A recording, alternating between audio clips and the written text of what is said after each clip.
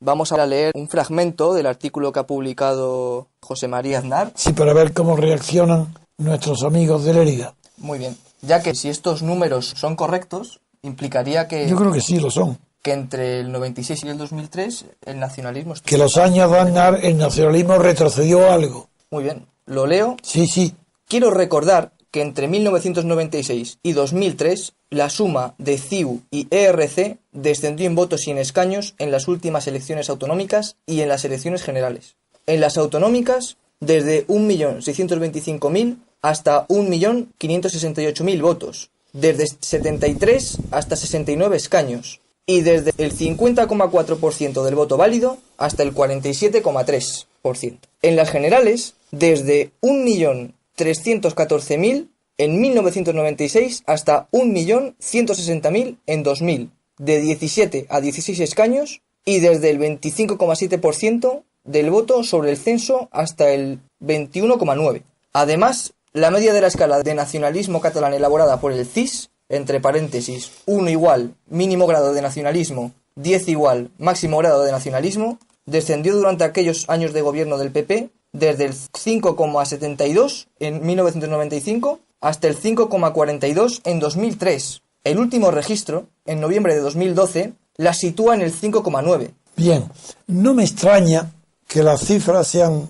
correctas, porque el nacionalismo catalán especialmente, a diferencia del vasco, que ha sido más constante y también más virulento, la prueba es la existencia de ETA, el nacionalismo es como un muelle que nace con muy poca fuerza. Unos historiadores que falsean la historia empiezan a halagar la vanidad de los pueblos, de un pueblo, en general campesinos, payeses, como en los casinos de pueblo, que le empiezan haciéndole creer, oye, si nuestro casino es mejor que el de Estoril, otro dice, no, si es que es mejor que el de Niza, etcétera. Pues no es de extrañar esa cifra, porque la naturaleza del nacionalismo es inversamente proporcional a la fuerza que tenga el centralismo. Si es una reacción, no es un fenómeno autónomo, sino que depende de cómo es el comportamiento y la actitud del gobierno central. Por eso no me extraña. Y en realidad he de decir que el crecimiento espectacular del nacionalismo actual catalán, el factor determinante de ese crecimiento, más que la propia fuerza nacionalista, que prácticamente es la misma de la que era bajo Aznar, los mismos partidos y las mismas ideas, ha sido debida a dos factores. Uno, el gobierno de Zapatero, que le dice a la Asamblea, yo aprobaré lo que vosotros digáis, le dice a la Asamblea de Cataluña. Y otro, el tripartito unido al conocimiento de la corrupción. Si la corrupción catalana no fuera tan general, tan sistemática, el nacionalismo sería menor. Porque el nacionalismo hoy está impulsado a toda vela, con las velas desplegadas, para crear una justicia propia que no juzgue a los Pujol, Hamás y compañía. Es decir, el factor corrupción ha sido determinante para el crecimiento del nacionalismo. No solo por la justicia propia, sino para que tenga éxito el robo. Por ejemplo, la familia Pujol, sea o no independiente de Cataluña, desde que yo lo conocí, con su padre en banca catalana, su gran obsesión ha sido siempre el dinero, enriquecerse. Eso lo ha tenido siempre. Era compatible su vocación antifranquista, antidictatorial, con su vocación de corrupción. Bien, consiga o no la independencia, un nacionalismo que permite la corrupción de sus partidarios es una maravilla. Y esa maravilla ideológica es el caldo de cultivo que ha favorecido el auge del nacionalismo catalán. Que la corrupción es impune, que no pasa nada. Pero no ya porque la Generalitat no persiga, no,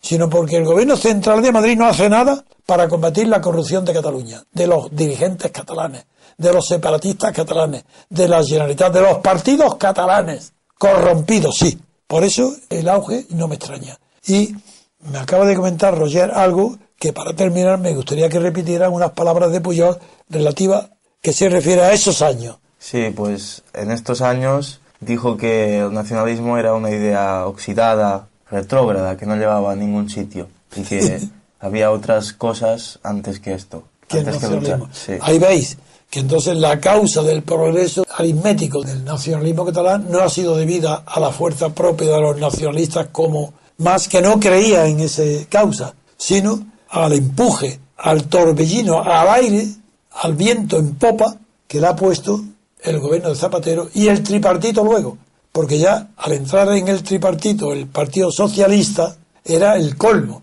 Un Partido Socialista gobernando en Madrid, Partido Socialista gobernando en Cataluña, un estatuto favorecido también por el Tribunal.